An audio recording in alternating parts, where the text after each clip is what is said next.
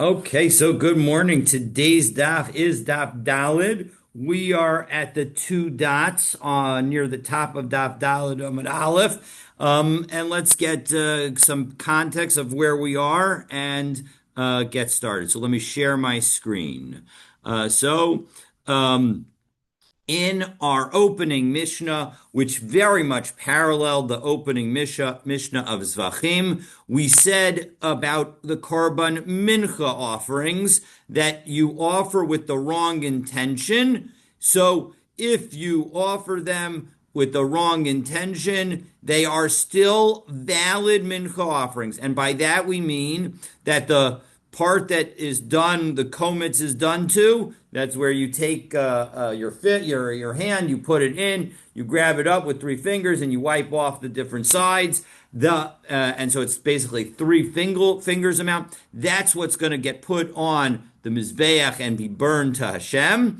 And you will still do that, and the whatever is left can be eaten by the kohanim. You will still do that because it is a kosher offering. However, while it is a kosher offering, if the owner of the offering, the person who brought the offering, made a vow associated with it, that this sacrifice, because the wrong intention was had during part of the service, it will not count for the owner's obligation, and he will need to bring a new one. And so that is what we said in our Mishnah with respect to most mincha offerings. However, when it comes to the mincha for a sinner, that's part of the Korban Olav Yored, where if you do any of a series of sins, for example, a tame person eats kodesh, or goes into the Beis Hamikdash, or a person is told about is asked to testify and swears that they don't have the evidence of the testimony. So in those various circumstances, you offer a korban olav yored, and if the person is particularly poor and is unable to offer either an animal or a bird sacrifice, well, then they will offer a mincha sacrifice, a flour-based sacrifice. And so that is one situation where a mincha for a particular mincha, and for that mincha, for the mincha for a sinner, if the person has the wrong intention, then it's not even a valid sacrifice, meaning the whole thing needs to be burned outside the Beis Hamikdash. Similarly, there is a special mincha for a sota.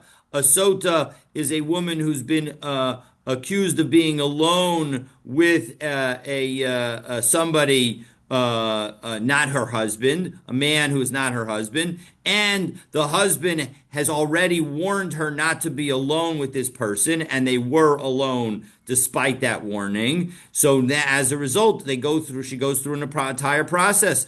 And as part of that process, there is a specific offering that is made, and that offering is also invalid if the wrong intention is used. Meaning, if the person thinks about a different mincha offering while offering that mincha offering, it's going to be all messed up. So as we pick up at the two dots on the ninth line of Dalet Amud Aleph, the Gemara quotes the reference to these two sacrifices and provides the basis, or at least analyzes to determine what the basis is. So, chutz minchas kote uminchas kenas. The exceptions are the mincha of a sinner and the mincha of a sota. Those literally kenos is jealousy, because that's what's triggering it, right? The husband's jealousy. So, but it's a mincha that's associated with the sota. So, bishlam mincha kote. I understand why a mincha for a sinner is going to be something that if you have the wrong intention, if you think, oh, I'm bringing a minchas machvas, a mincha for a griddle, and it's actually a minchas kote, so it's going to be invalid. Why? Because chatas karyele, it's called a sin offering. And as we saw in Zvachim, and is effectively being assumed at this moment. If you have in mind the wrong sacrifice when it comes to bringing a sin offering, it is not going to be a valid offering. And how do I know that a mincha that's for a sinner is called a chatas? Because it says in connection with that mincha offering, lo yasim ala shemen v'lo yitain ala levona, that this mincha offering doesn't get oil put on it, doesn't get levona put on it, unlike most mincha offerings. Why doesn't it? Ki chatasi, because it is an offering for a sinner. So ella minchas kanos minon. But how do I know when it comes to the mincha of jealousy, namely the mincha of a sota? How do I know that that's the situation? Now, by the way, I'll note with the Rashi says chatas kariela rachmana, second and third line down from the top of Rashi on Dalan and Aleph. Lo yasim aleha levona, right? He's citing the pasuk ki chatas he. Ma chatas psula, just as a sin offering is pasul shelo lishma, if brought for the wrong reason, meaning if it's brought with the intention for it to be a different offering, afi, so too this sacrifice, psula shelo lishma, it will be pasul if it's not lishma. Now, in the end, we're going to reject this thinking, but in any event, that's the thinking that we have at the moment. And so our question is limited to the sota offering. So Tani Tana Kamei to Rav Nachman. Well, we've got the following brisa that was taught in front of Rav Nachman, and Rav Nachman said something about that brisa that will help us answer the question. What was it? What was the brisa? Minchas kanos milsara nidava. That when you have money that you set aside, Rashi puts it nicely, motaras nidava. Hifrish Muslim min chasota. So again, last line. Now we're in the first of the narrow lines on Dalet and Aleph of Rashi. So if you set aside money to bring a mincha, to buy the flour for a sota, v'havu hamos yoter min hasaorim, and it turns out the flour that money that you would need to buy the barley for the flour of the sota offering, it turns out that you have set aside more money than you need. Yipulu nidava, that money falls into the nidava category. So dahainu l'shloshas rei shofarot. That if you remember back, we saw this all the way back in Masechet Shkalim, but we also referenced it also at certain points in Zvachim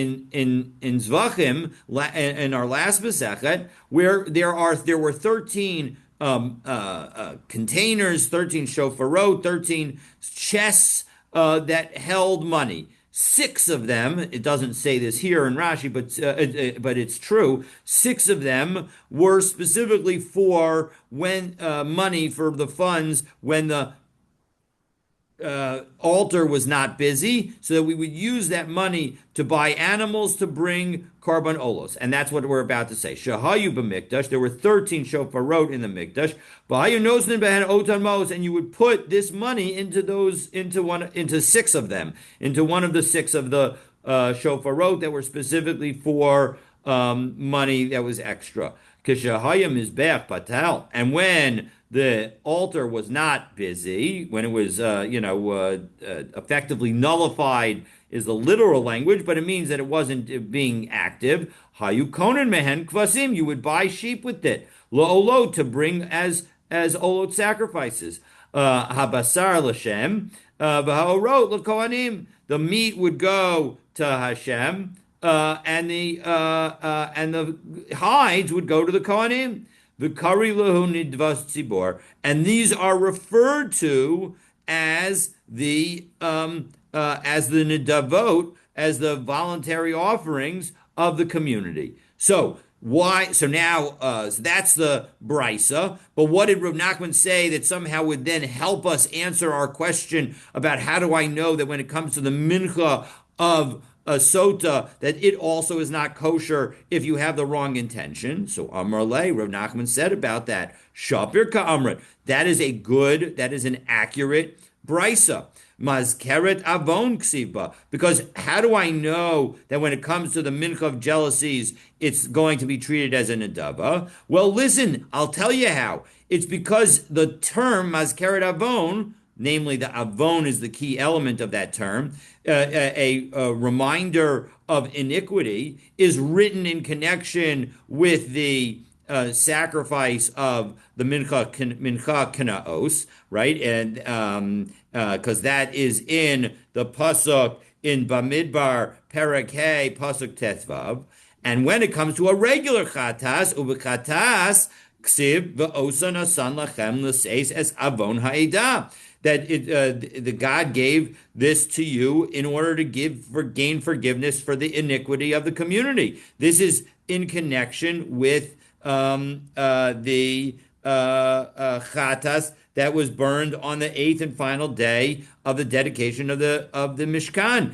And so as a result, the point is that we see the word avon in both places. That's a gzera shava. We have a gzera shava that just as and now the Gemara and slash Rav Nachman, it continues and says, Machatas Mosaralin and Dava. This Gzera Shava shows that just as when it comes to the extra money of a chatas, if you set aside too much money to have for a chatas offering, the extra money ends up getting put in these shofarot in order to buy nidava offerings.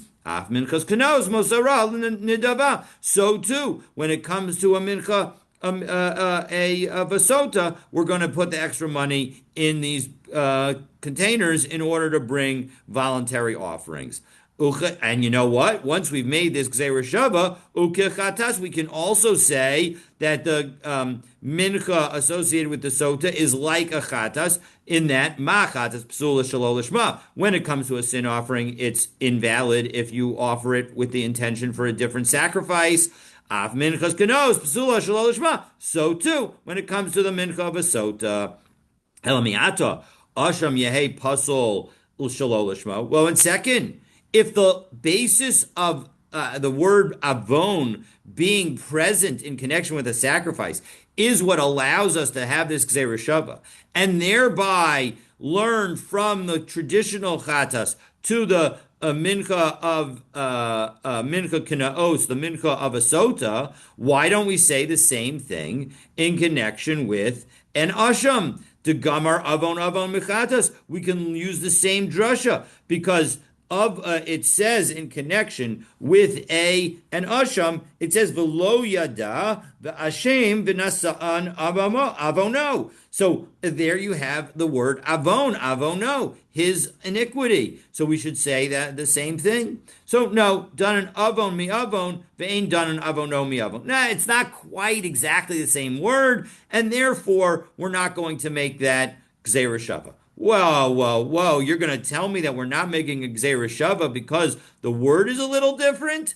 My nafkamina, who cares that the word's a little different? V'atana debei Rabbi Yishmael. Rabbi Yishmael's yeshiva taught v'shava kohen uva kohen. They used a gzera shava between the kohen's going to return and the kohen's going to come. Those are two very different words, vishav and uva. They have the same context and meaning, and they're talking about the Kohen going back to the house. But the point is that we're making a gzera shava between two things here in connection with saras, even though the words aren't even identical at all. Here we at least have the same root word, avon, and we're going from avon to avono. So zohi shiva, zohi bia, the same context, meaning the Kohen is going to the person's house. That's all okay. So and we can make gzera shava in that context, even though those contexts, the word's different. V'od, ligmar avono. Moreover, you know what?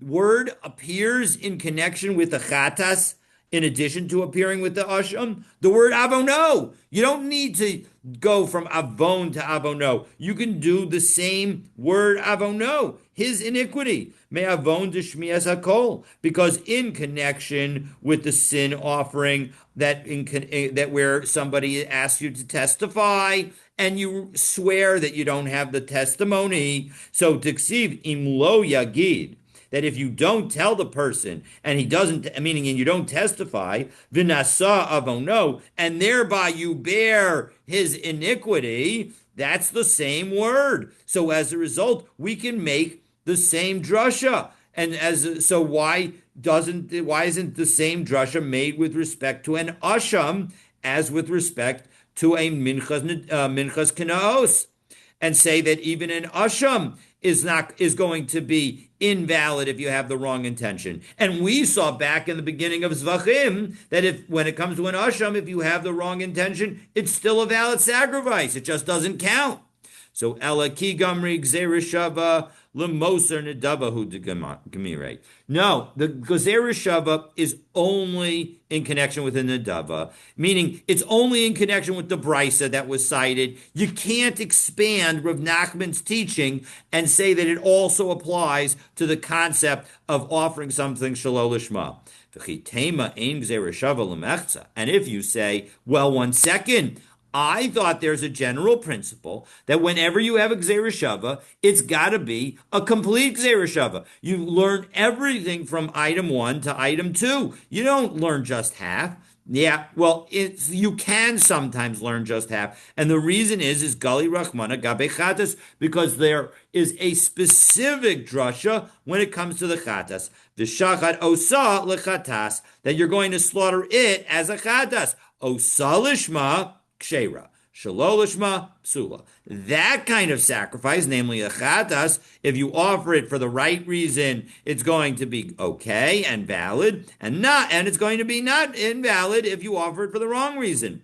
Aval kol kodshim bein lishman bein lishalolishman ksherim. But when it comes to everything else, with the caveat, of course, of the Pesach on Pesach, it's going to be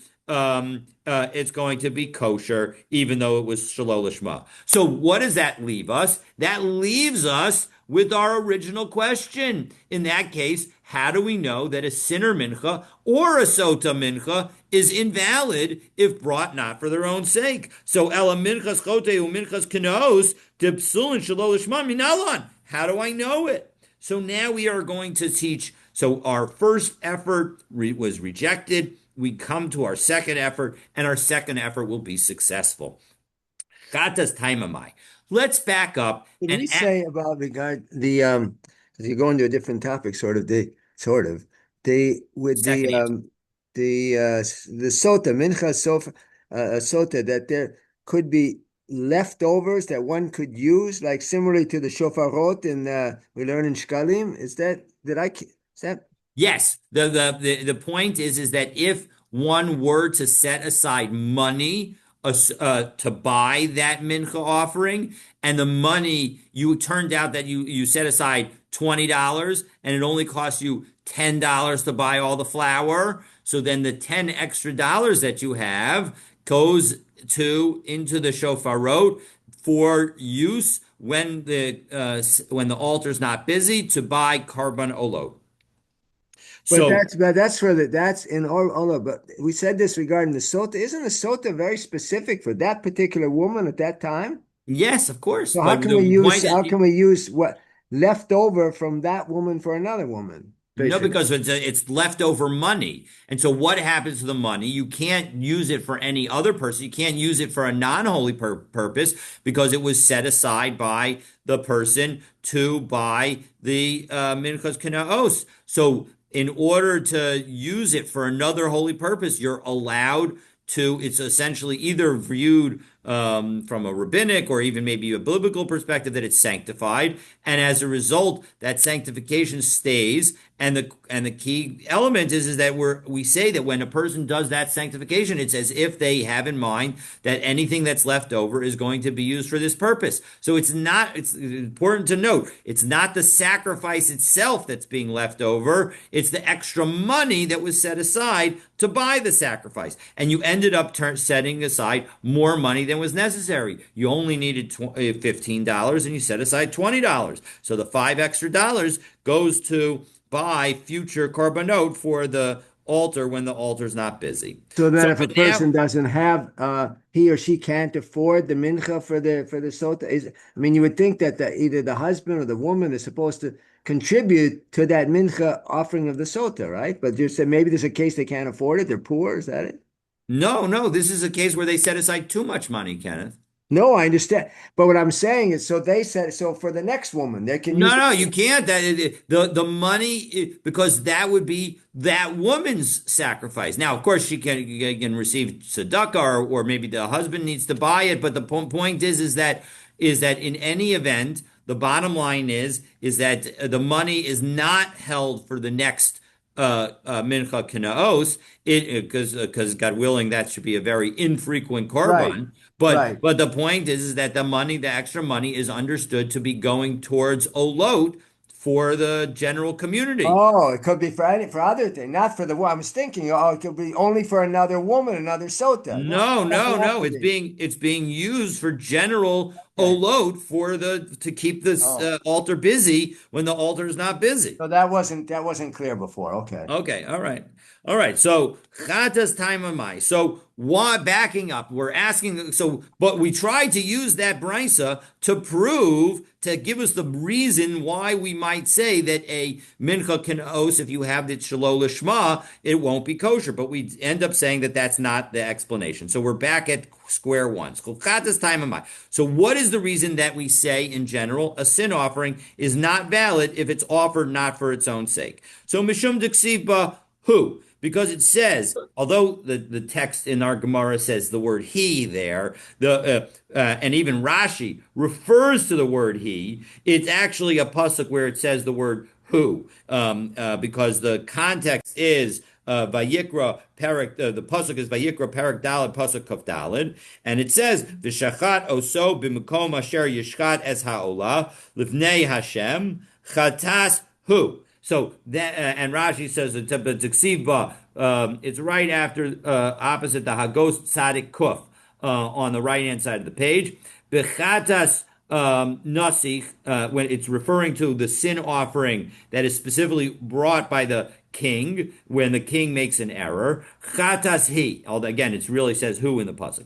V'lo sheba shelo lishma. And it's the point is that it means it's a sin offering because you intended it for the sin offering and you didn't bring it for the wrong reason.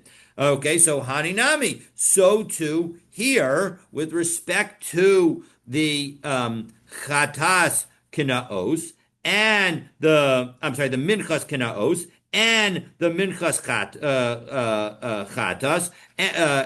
So both a minchas kote and a minchas kinaos, it uses the word who. Haksiv behu, who. It says in connection, or he, in connection with the sinner's mincha in Vayikra Parakeh, Pasuk Yud Aleph, it says ki chatas he. And when it comes to the sota's mincha, it says ki minchas kenaos who. So again, the extra word of he and who in these contexts tells us that it has to be intentional. You have to have the right intention, and if you offer it not for its own sake, so then it's going to be not kosher.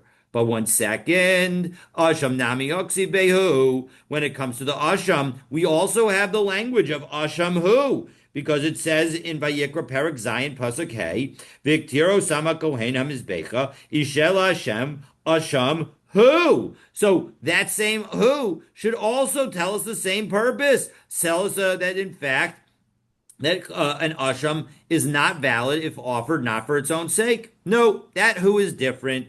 Ha who. La'akar kaktaras emurin hu diksiv. That reference to who is actually taught after we're told that all the sacrificial parts are burned of the asham.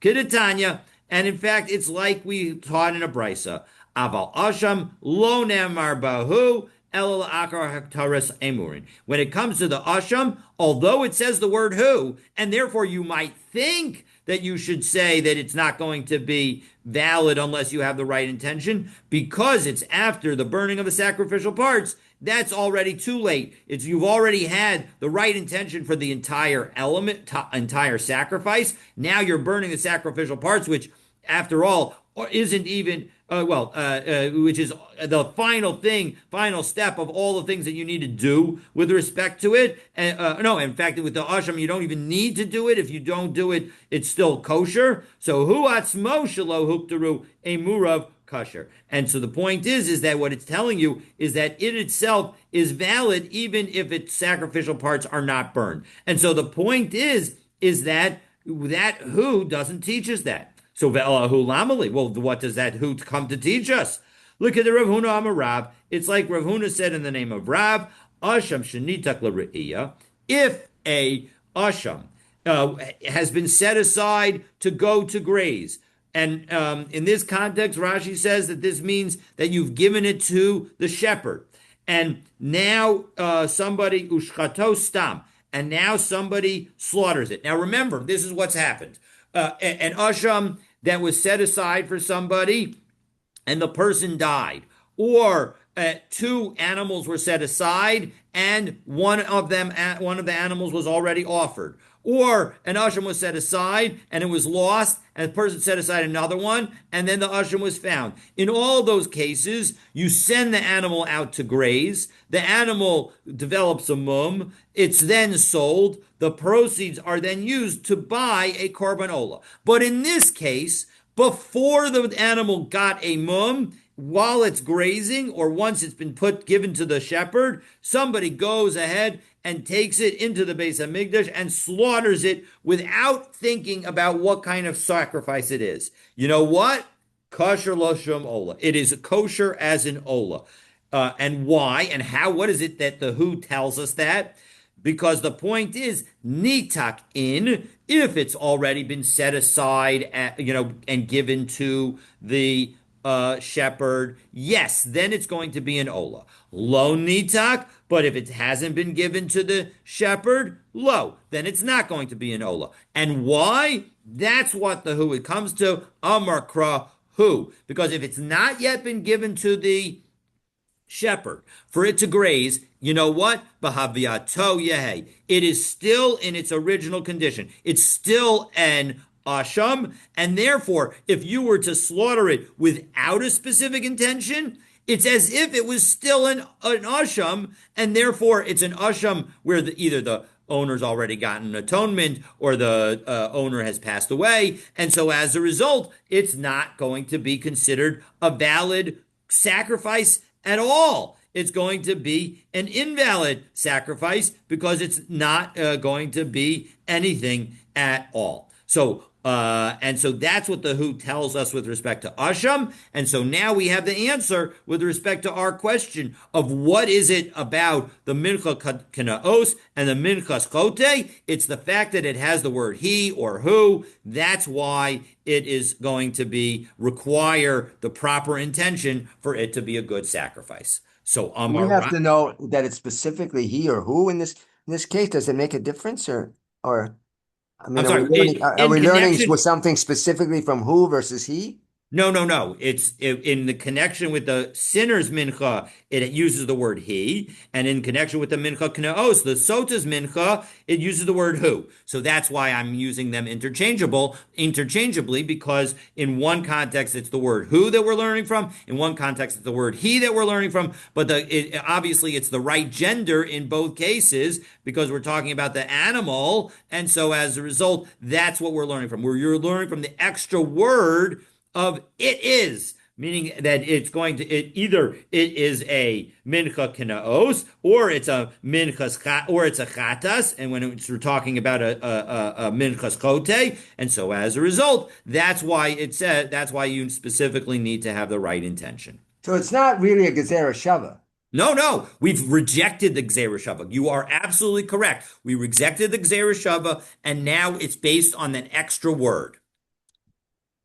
Okay, so now that we said, while the Mishnah mentioned only a sinner mincha and a sota mincha as being invalid when offered not for their own sake, Rav adds another mincha category, and he is introducing us to a conversation about the minchas omer and the minchas haomer, and we are going to see tomorrow two different opinions about the minchas haomer. but we're only going to deal with Rav today. Let's take a look. Let's go through Rav's opinion, and we will, in the end of today, hopefully get to Rav's being rejected. So Amar Rav, Minchas HaOmer, Shekmatza Shelo Lishma Psula. When it comes to the Mincha Omer, of the Omer, this is the special Omer sacrifice offered on the second day of Pesach that enables all, it turns all Chadash Teben into Yashan Teben, and it allows us to eat all grains that are that one has. And so, as a result, that offering is not go. If you don't have the right intention, if you think that you're offering it as a minchas chatas or a minchas machvas or whatever, but you're not offering it as a minchas haomer. So it's going, according to Rav, it's going to be invalid. Notwithstanding the fact, remember that our Mishnah said that the only two that are going to be invalid are a minchas kanaos and a minchas kote. So this is a third one, but now he explains why. And the reason that it's going to be invalid is because there's one purpose. The purpose of this mincha is to permit the new grain. And you know what this doesn't do? It doesn't permit the new grain. And so although you might say with respect to other minchaot, that in fact, menachot, that it would be kosher if you have the wrong intention. This one's special. It didn't do what it was supposed to do, and therefore we're going to say it's invalid. And so similarly, we're going to say with respect to the Asham Nazir, as we turn to Dalan and Bet, Ba'asham Mitzora, and the Asham of Mitzora, that Shishkatan Shalol Lishman, Psulin, those two also are going to be puzzle if you bring them Shalol Lishma. Why? Same reason. They are being brought in order to enable these people to once again be able to eat Kodesh and be in the Beis HaMikdash. And so as a result, since these owners are not going to be qualified, it's going to be, the Nazir's Asham now enables him to restart his Nazirus, right? This was done on Nazir's Asham is for when he becomes Tameh. And then Mitzora's Asham allows him to go back into the camp.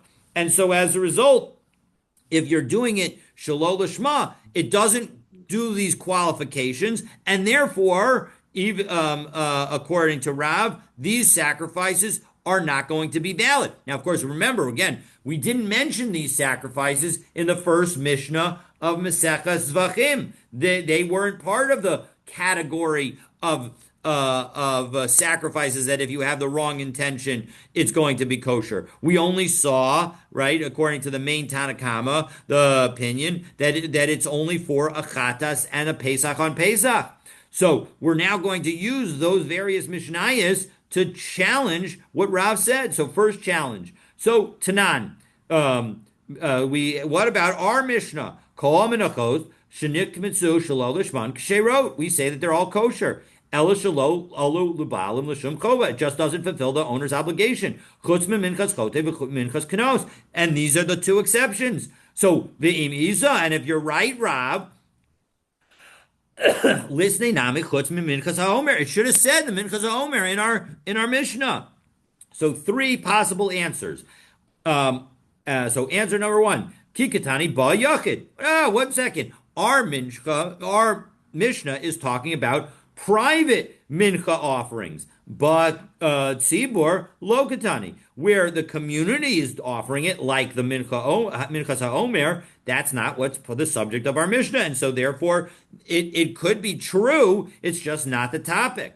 And ki katani bag beglal atzma, and moreover, we're talking in our Mishnah a situation where a mincha comes on its own. There's no separate sacrifice that goes with it. But a mincha that comes with an animal sacrifice, we're not talking about. And the minchas haomer comes with an animal sacrifice.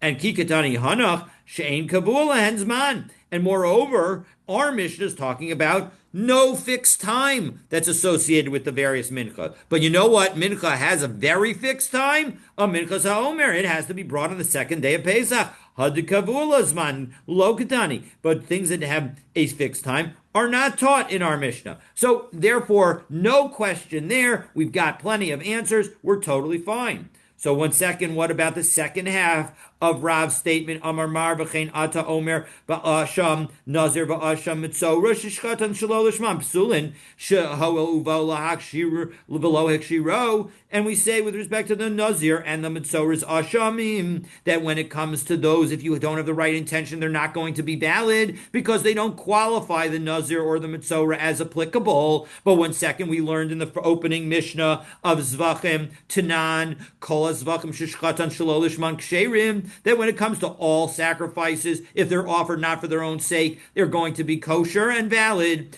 They just don't qualify. They just don't satisfy the owner's obligation. The only exceptions are the Pesach and the Chatas.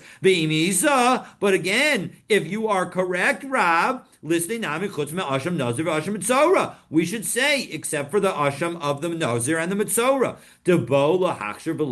because they come to qualify and they don't qualify. So again, these should be listed in that Mishnah. No, you know why they weren't listed? Kevan deikam asham gzelos v'asham meilos dilacha para asu lo psika lei. Well, you know what? It's not every kind of asham, and so as a result, there are certain kinds of ashamim, namely, the asham for a meila and the asham for stealing, where they present atonement, and those aren't. And those would be valid if offered not for their own sake. And so, as a result, the Tana can't say every asham offered not for its own sake is completely invalid. So, unlike the Pesach, which is for every Pesach, and the Chatas, which is for every Chatas, you couldn't make such a same statement with respect to asham. And so, as a result, they didn't. The Mishnah excluded these two asham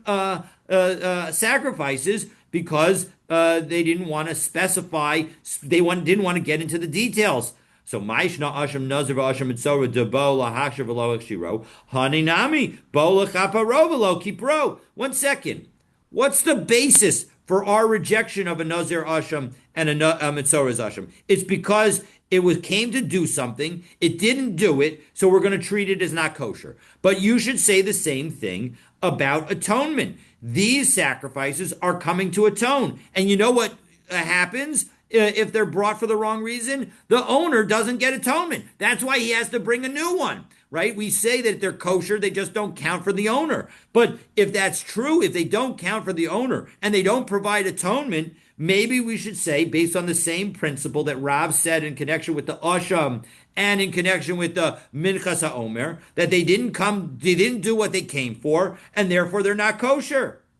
So Rabbi Yirmiyah says, no, those are different. Matzinu shechilak hakasab ben mechaprin ubein makshirin. There is a difference between atonement and qualification. When it comes to qualification, mechaprin isbehu de azul akar misa. Now, when it comes to atonement, there are certain times where the atonement can come even after the death of the owner.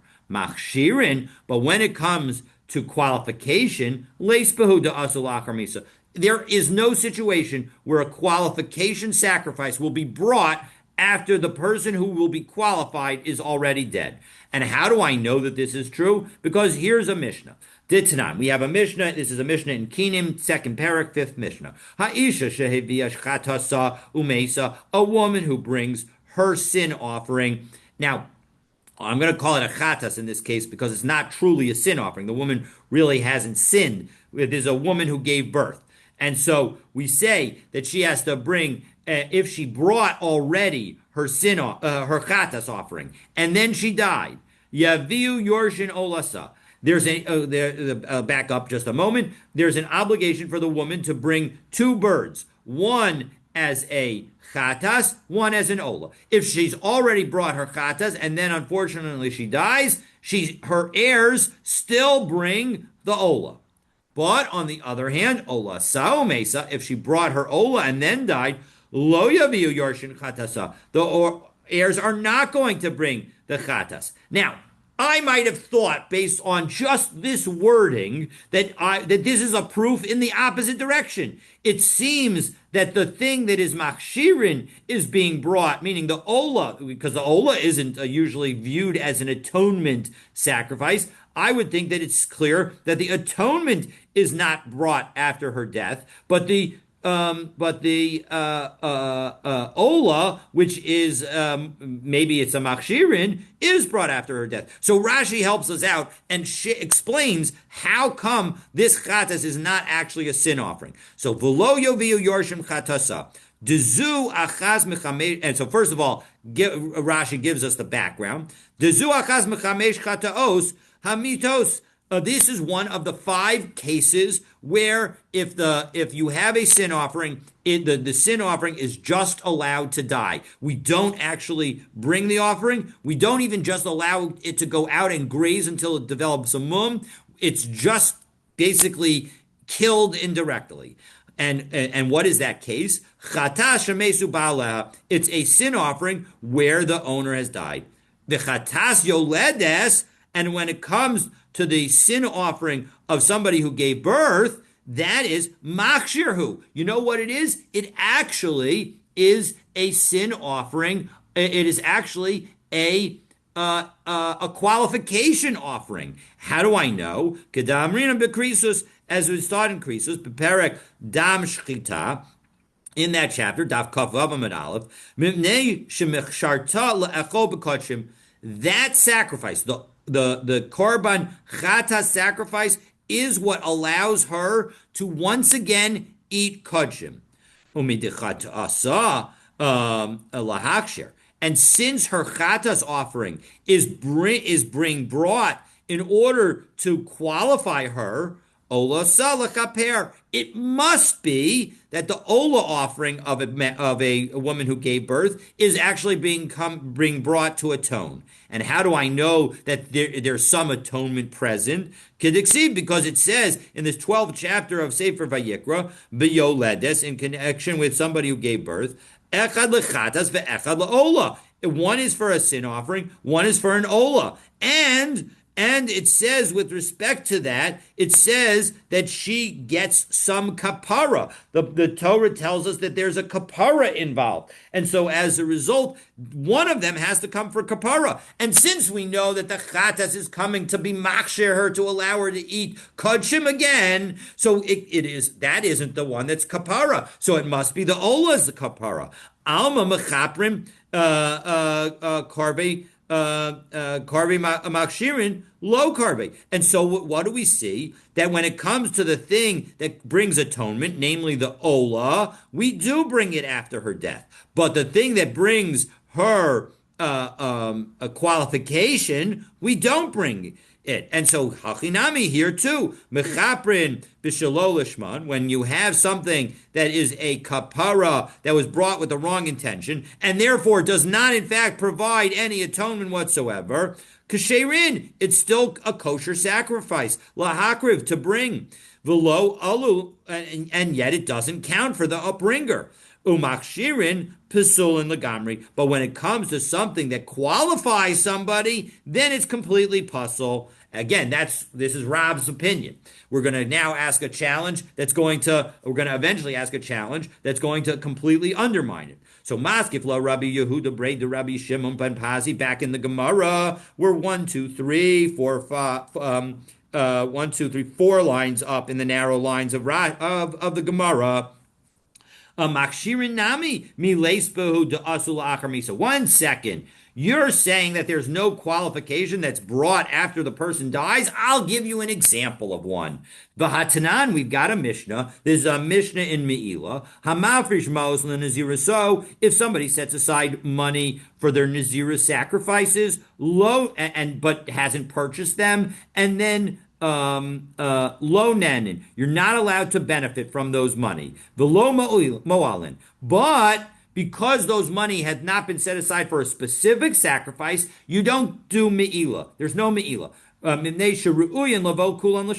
Because all of that money, because it hasn't been set aside for any particular sacrifice, you could use all that money for the shlamim sacrifice that a nazir brings. And Rashi tells us that in fact, when you have a shlamim, there's no me'ila with respect to it until there's a piece, namely the emurim, that are going to be burned, and only the emurim are going to be problematic because in general we treat a shlamim as if it's still the owner's animal, and therefore you're not stealing from the Beis Hamikdash, and therefore there's no meila. So mace, if the person who set aside this money now dies, and again he has not specified what the money is for, well then yiplul and it can all go into the voluntary offering pool and get set aside for that.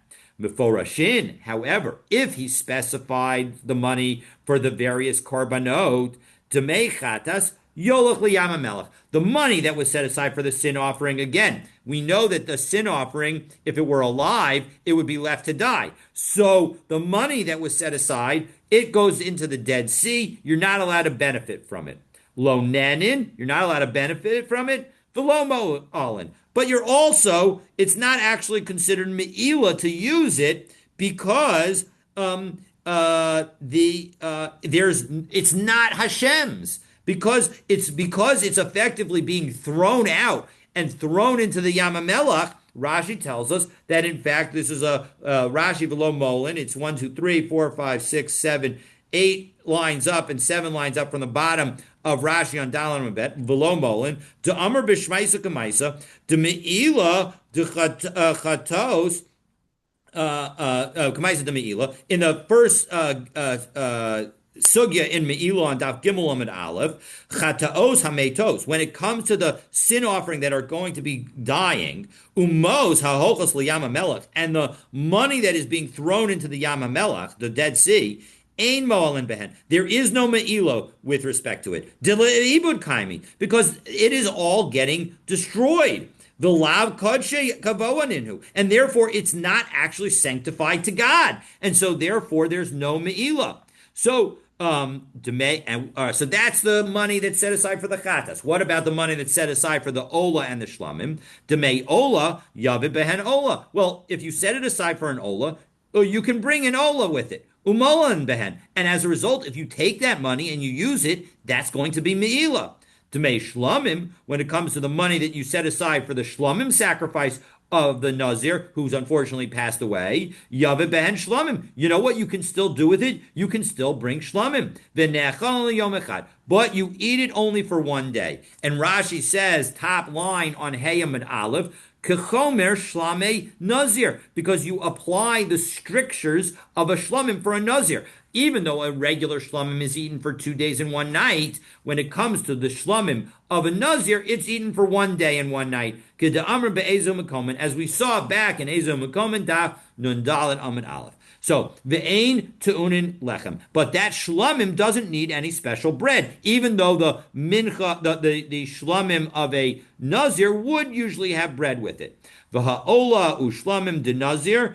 And so here we have the ola and the shlamim of a nazir that are being brought even after the person is dead. And demachshirin ninhu. And those are qualifying sacrifices because those sacrifices allow the nazir to drink wine and come into contact with dead bodies, and so those are makshirin because asu la'achar misa, and they're brought after the owner's death. So what are you going to tell me about that?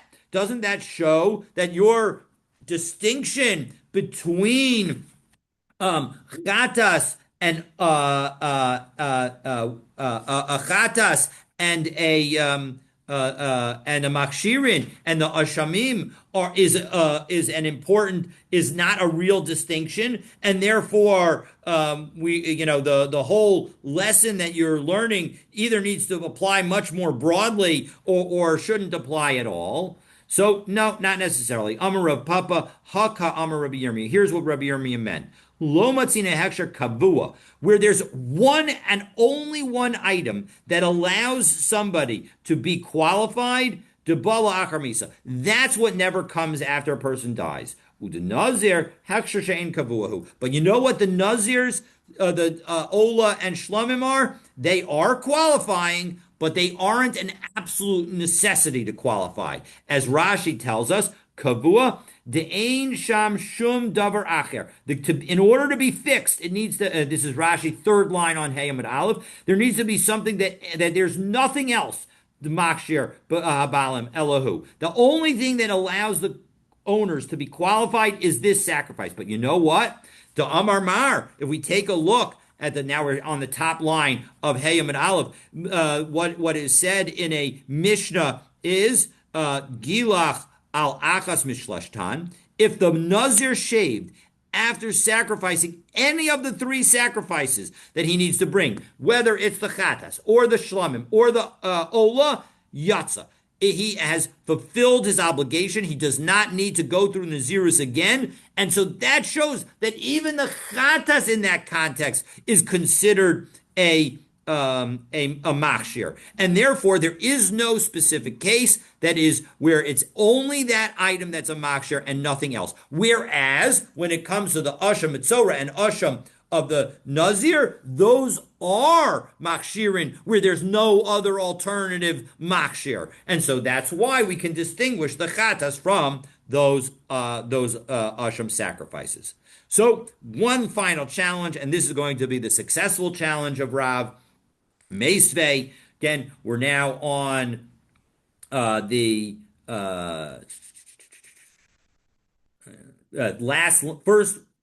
first line, last word, Hey Amid Aleph. Meisvei. Asham mitzora shenishchat shelo lishmo. We have a brisa that says specifically, and mitzora's asham that was slaughtered not for its own sake. O shelo nita midamo al gabi bahonos, or it wasn't put on the thumb, on the big toe, the large finger and toe of the mitzora. Hareza ola lagabi mizevech. It still gets brought on the altar. V'ton nesachim, and it even requires the nesachim that go with it. V'tzarech asham acher lahakshiro. But the owner needs another asham in order to qualify him, in order to enable his to come back into the community, and he's going to need another asham. Well, that is clearly a argument with Rav Tiyuvta de Rav, and so as a result, this contradicts Rav. We therefore have rejected Rav's opinion. Sorry for not scrolling. We have therefore rejected Rav's opinion. Now, you may be thinking, and this is what Tosfos says, so let's take a look at the second Tosfos on Hayam and Aleph, Tiyuvta, Havi Matzi Lameimar. But the Gemara could have said, Rav Tanahu Upalig, to Ka'amar B'Kama that we say in a lot of places that Rav has the ability to argue with Tanaim because he was sort of the in-between generation, and yet in this case we don't. So Tosfos is saying, you know what, we could have given that answer, but we did not. And so the bottom line is that there is no other Tanaic position that would support this. And so that's what you can understand the Tiyuvta de Rav as meaning that we're not going to be following Rav. Now, Reish Lakish, Rishim ben Lakish, and Rava have their own views with respect to what happens to an Omer Mincha brought Shelo Lishma. But for the Gemara's discussion of those positions, you're going to need to stay tuned, God willing, for tomorrow's daf. Have a wonderful, wonderful day. No one can use it then? Is it discarded? What happens to it? Yeah, so where we are right now, and based, again, Rav's opinion was that when it comes to an Asham, a Minchas HaOmer that was brought Shelo Lishma, it's completely puzzle, meaning nobody could use it. It gets burned outside the Beis HaMikdash. Right now, the only opinion that we've got at the moment is our Mishnah. And based on our Mishnah, assuming that we don't follow any of the three answers that we answered as to why our Mishnah didn't raise the Minchas HaOmer case according to Rav. But based on our Mishnah, you would say that a Minchas HaOmer that was brought Shalom Lishma works, meaning you bring the kometz onto the kamitza onto the mizbeach, and it is burned, and the remnants of the offering are allowed to be eaten by the kohanim. And we're going to see what Reish Lakish and Rava say about that tomorrow. But if they're not accepted, as you say, is let's say according to Rav, if it's lo lishma, it's hard to understand how well, even how it should be lo shalo lishma. If someone brings on the second day of the Pesach, what else is he thinking about? But okay, it's a separate question. But if this is a time limited mitzvah, if it's not accepted, when's he going to bring it? A year later? No, I you got to mean, bring it. They've got to bring it again. you got to go out and find Remember, and do it immediately in the next even hour. according to our Mishnah, it doesn't count. It doesn't fulfill the obligation. So based on where we are right now, everybody would say that you need to bring immediately a new mincha offering, Right. Minchas Omer offering. The only question is, does this Minchas HaOmer offering get burned, the burned parts, and get eaten and is eligible to be eaten by the Kohanim? That's the only question. Clearly, at least so far, everybody says you need to bring a new one. We will see that. I don't think everybody's going to say that by the end of the day tomorrow, but Well, that is where we are to if he's leave things delayed a at six little bit more o'clock in the definite. afternoon, he brings the first one late in the day. Now it's time passed. Oh, He that would doesn't be find it. terrible. Well, So then you got to wait another year, right? no, no. I think that remember that today, right, in today's day, we don't have the Omer. Right, today. That, Okay. that with the end of the day is still considered. We're still allowed to now eat chadash, what was chadash, so it becomes yashan. So the point is that I do think that would probably still apply even in times of basic English, but I'm not 100% sure. But the bottom line is that what you're highlighting is you better don't wait to bring your Minchas HaOmer offering. Bring it as soon as possible. And in fact, that was the plan. That was what they did. It was, I believe, offered very early in the morning because they wanted to make sure that to limit the possibility of anybody eating chadash before that was allowed. Right. I do remember learning that. Yeah. So, all right. Looking forward to continuing our learning together. It's great to see everybody. Have a wonderful, wonderful day.